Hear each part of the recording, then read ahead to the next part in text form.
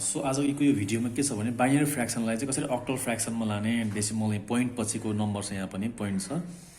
यो बाइनरीको बेस 2 हुन्छ अक्टलको बेस 8 हुन्छ अब कसरी लाने भन्दाखेरि रुल हामीले के जान्नुपर्छ भने पोइन्ट अगाडिको जहिले पनि हामीले राइट साइडबाट काउन्ट गर्नुपर्ने राइट साइडबाट बाइनरीलाई डेसिमलमा लानु अक्टलमा लानुपर्ने छ भने 3 बिट हामीले कम्बाइन गर्नुपर्ने एरेन्जिङ 3 बिट कम्बाइन गर्नुपर्ने हुन्छ हामीले सो arranging on 3 bit यो 3 बिटमा एरेन्ज गर्नुपर्ने हुन्छ अब यो पोइन्ट भन्दा अगाडिको जहिले पनि हामीले के गर्नुपर्छ यसरी पोइन्ट भन्दा अगाडिकोलाई चाहिँ हामीले राइटबाट लेफ्टमा लाने र पोइन्ट पछाडिकोलाई चाहिँ हामीले जहिले पनि यो लेफ्टबाट राइटमा लाने यसरी यो बुझ्यो भने सबै कुरा समाधान भइहाल्छ अब यहाँ कसरी बिट एरेन्ज गर्ने भन्दाखेरि 110 भयो एउटा यो पोइन्ट भन्दा अगाडिको कुरा गरिरहेको छु यो 110 भयो 001 भयो भनेको 100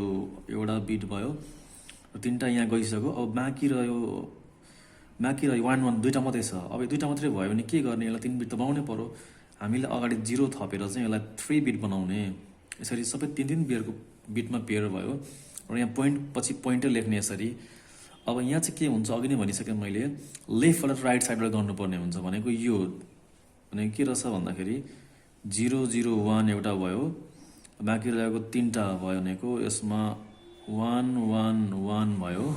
अब बाँकी 1 मात्रै छ अब यसमा चाहिँ अब अगाडि होइन यसमा चाहिँ पछाडि थप्नुपर्ने हुन्छ किनभने हाम्रो यो चाहिँ पोइन्ट पछाडिको भाग हो यताबाट काउन्ट हुँदैछ उल्टोबाट यो भनेको कति हो भन्दाखेरि 001 भनेको कति हो भन्दा यो 3 भयो यो भनेको कति हो भनेको 4 भयो यो कति भयो यो भनेको 6 भयो बाइनरीमा पोइन्ट यो भनेको 1 नै भइगयो 3टा 1 भनेको यो बाइनरीमा 7 भयो यो 100 भनेको चाहिँ यो 4 भयो सो यसरी चाहिँ हामीले अक्टल रहेछ यतिको अक्टल हाम्रो बाइनरी अक्टलमा आउँदै यसरी चाहिँ हामीले कन्भर्ट गर्नुपर्ने हुन्छ हाम्रो डेसिमल अथवा फ्र्याक्सनको केसमा छ भने चाहिँ थ्याङ्क यू